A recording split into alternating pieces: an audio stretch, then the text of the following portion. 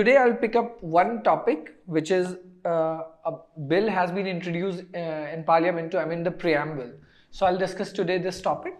So let us start with the topic. So first, before I start this topic, let us know what we'll understand this topic itself. First, I'll let you know why this whole topic is in news, like why it is relevant to you and why it is in news in your newspaper or even in your editorial. Then I'll discuss something related to the bill, because public bill and private bill is involved. So what is the difference between these two bills, right? Then we'll discuss the Constitution Amendment Bill 2021, what it says and what kind of amendment that the bill wants, right? We'll discuss that. Then we'll talk about the preamble a little bit, because it is a source of our constitution. So we'll discuss about the preamble, and we'll discuss the basic facts about the preamble, which you can refer to your mock and all, right? Then we'll discuss a preamble as a part of constitution, then its amendability, like how you will amend and what are the case laws related to that, right? And then there was a 75 years of Constituent Assembly's first meeting that was in news recently. So we'll discuss this too, right? So let us start with the topic itself, that why this bill was in news. So what happened was that a Rajya Sabha Deputy Chairman Harivansh Narayan Singh has reserved his decision to allow the introduction of a private member's bill to amend the preamble to the Constitution. Now, what happened is that there's a bill with regard to the with regards to the amend the preamble, right? It says that we have to amend the preamble, we have to amend certain provisions, certain words of the preamble of our constitution. So this bill talks about that, right? That's why it was in news. So then let's collect some fact related topics in this umbrella topic. We'll discuss some factual points, which is very important for your examination point of view, right? So we'll start with this. So what exactly is member of parliament, right? First thing, that it is a private member's bill. So who is a private member? Now, any member of parliament, right, who is not a minister is referred to as a private member, right? And the drafting of the private member's bill is the responsibility of the member concerned. So basically, the member who is involved in this process has the responsibility to draft the private member's bill, right? Now, the introduction of this particular type of bill, like private member bill, requires 1 month notice, right? It requires 1 month notice. Now, the government's bill, public bills, there are also public bills, right? So there's a basic difference between public bill and private members bill. So we'll discuss this thing too in our next slide, but let us only focus to right now about the private members bill, then we'll discuss the difference, right? Now the introduction of this kind of bill requires 1 month notice, right?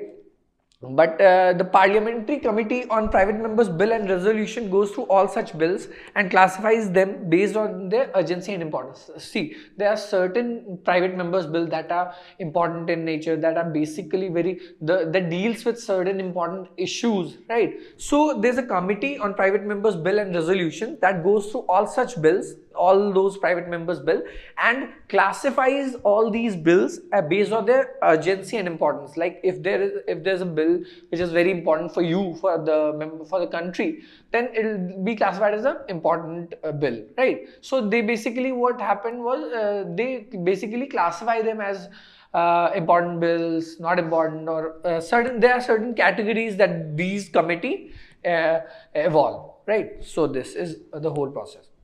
Now, see, this again, private members bill and public bill, these are the two types of bill.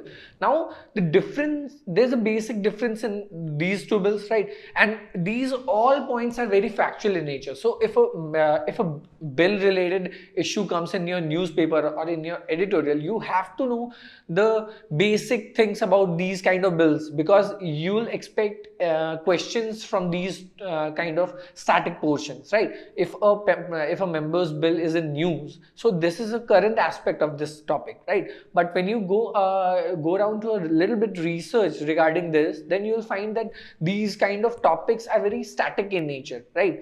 So see, why I'm saying static, because these cannot change, right? what is public bill and what is private bill is actually defined, right? So these won't change with time. These are the static topics. These are the conceptual things. So you have to analyze all these basic things too if you are reading the newspaper, right? So let us start with the difference between public bill and private bill. So in public bill, first let us understand each topic, each point, and then we'll classify them into private and public bill, right? So a public bill is introduced in parliament by a minister, right? It's a public bill, so it's introduction in the parliament by a minister. But when we come to the private members bill, it is introduced by member of parliament other than a minister. It means that the bill must be introduced by a member of parliament, but he must not be a minister, right? First difference. Second, the public bill basically reflects the policies of the government. Basically, public bill is a minister's sort of bill. So ministers basically introduce these kind of bills. So it is basically a reflection of the government's policies, right?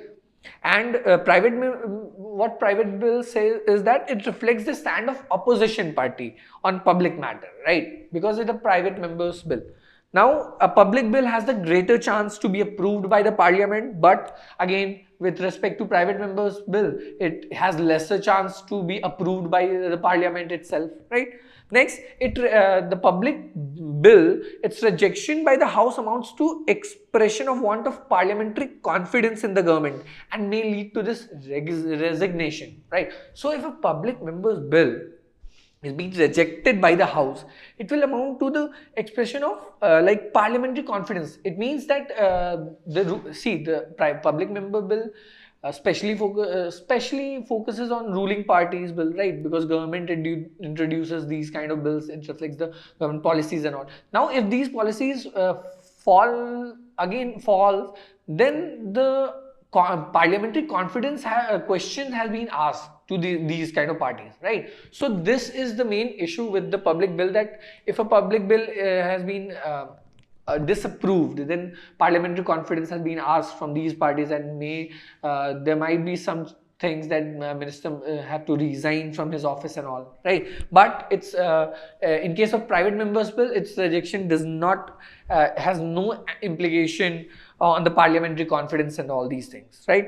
Next is in case of public bills, the introduction in the House requires 7 days notice. That's it. But if you consider the private bill, it requires 1 month notice. And last is, again, if you consider public bill, the drafting of these kind of bill is concerned by the concerned department in consultation with the law department, right? So in case of public bill, there are ministers that are involved in there are departments that are involved in the whole process. But in case of private bill, it is the solely responsibility of the member concerned, right? So these are the basic difference between the public bill and private bill. Next, if we focus, let us talk about a Constitution Amendment Bill, right? So what is this Constitution Amendment Bill? So it has been introduced in 2021 again, right? So it has been introduced by BJP member from Kerala, KJ Alphonse. KJ Alphonse is the member's name who has introduced this bill, right? Now the bills. Now let us focus on the bill itself, because it is very important. Because now why it is very important? The answer is because it consists of certain things that actually amend the preamble of the Constitution, and preamble is a source of some source of a basic introduction of the Constitution. So preamble is very important for you, for a law aspirant, right? So let's focus on this bill itself, right? Now the bill seeks to change the words in the preamble equality of status and of opportunity to equality of status and of opportunity to be born, to be fed, to be educated, to get a job, and to be treated with dignity, right? Now, if you consider this whole change of words in the preamble, firstly, right now we have a preamble which says equality of status and of opportunity, right? Now the bill wants to remove this and replace these words by equality of status and of opportunity to be born, to be fed, to be educated, to get a job, and to be treated with dignity. Now, the ambit of this definition or these words has been has been actually enhanced by this bill, right? These they are talking about specific issues like to be fed, to be educated, to get a job, and to be treated with dignity, right? So the main thing is that they want to replace equality of status and of opportunity to equality of status and of opportunity to be born, to be fed, to be educated, to get a job, and to live with dignity, right? To be treated with dignity. Now, the bill also seeks to replace the word socialist with equitable, right? So these are two important points that you must remember, that what the bill want these words to replace, right? And what are the words that they want to replace, right, from the preamble, right? Now, last one is the bill. The bill also proposes adding access to information technology and happiness as objectives, right? So these are basically factual things which the bill talks about. You have to remember these things because again, preamble is very important for you and for the CLAT or ILAT paper itself, right? Next is, let's talk about preamble again. So preamble is basically a source of authority of the constitution. It derives its authority from the people of India, right? Second is nature of Indian state. Preamble declares India to be a sovereign, socialist, secular, democratic and republican polity. Now again, when you consider this definition, it declares India to be a sovereign, socialistic, secular, democratic and republican polity. The new bill wants to replace socialistic word to be equitable, right? So that's how you remember things, right? Next is objective of it specifies, preamble actually specifies justice, liberty, equality and fraternity as objectives, and now the new bill wants happiness as one of the objectives, right? Happiness is one of the key term that this bill defines as objectives of the preamble. Next is, you have to remember the date of adoption of preamble. It is November 26, 1949, right? Next, as a part of constitution, let us discuss this topic. So, see, there's a lineage of cases which derives all these things about preamble, right? So first, let's talk about in the year 1960, right? In Beruberi Union case, which happened in 1960, the Supreme Court says that the preamble was not part of the constitution, right? So again, so you have to remember these three cases in which the status of preamble keeps on changing. First, in Beruberi case, 1960, it was said that preamble was not a part of the constitution, right? Now this opinion was reversed in Keshav Nanda Bharti case in 1973, in which Supreme Court held that preamble is part of constitution. And again in LIC India case in 1995, this opinion was further clarified, right? Again, this has been accepted this opinion, right, in LIC case. So these two cases says that preamble is a part of constitution, but Beruberi Union case says that preamble is not a part of the constitution. So the preamble, these three cases you have to remember. Now again, the preamble has been amended only once through 42nd Amendment 1976. Now 42nd Amendment Act 1976 is very important Amendment Act because in that Amendment Act the preamble has been amended and it has happened only once. Now what are the words added? Socialist, secular, integrity are the words that has been added to the preamble in this amendment, right? Now again, when you discuss about preamble, though preamble is actually part of the constitution, it is neither a source of power to legislature nor a prohibition on the powers of legislature, right? Preamble is a part of the constitution, but it's not the source of power to legislature or to prohibit upon the powers of legislature. It doesn't not do all these things, right? It is even non-justiciable, that is, its provision are not enforceable in any court of law. So you can't go to a court and says that you have to enforce the words in the preamble itself, right? So it is non-justiciable, the same as DPSP and all, right?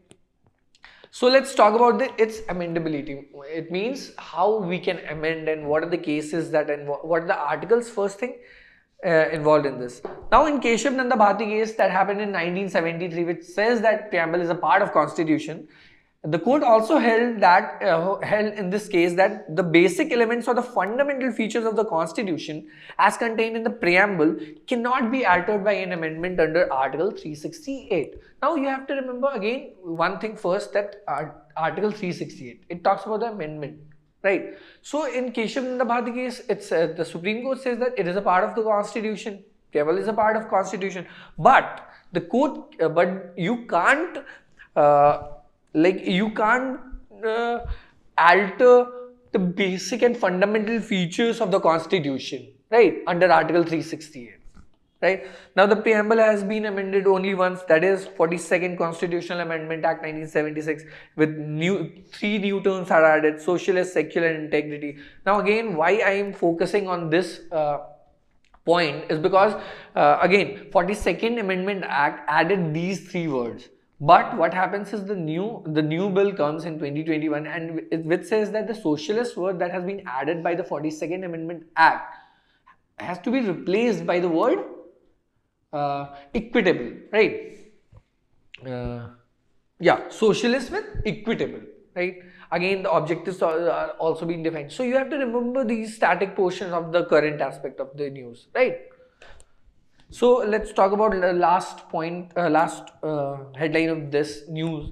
Recently, 75 years of Constituent Assembly's first meeting was happened. Actually, 75 years. It's been 75 years since the first Constituent Assembly meeting. So let us talk about Constituent Assembly a little bit, not in very detail, because all these points are very factual. You have to just remember these things. Sorry. Now, the Constituent Assembly of India held its first meeting 75 years ago on December 9, 1946, right? First thing. Now, the idea of a Constituent Assembly was put forward by the first time by M.N. Roy, right? M.N. Roy, again, you have to remember this if you are talking about Constituent Assembly, right?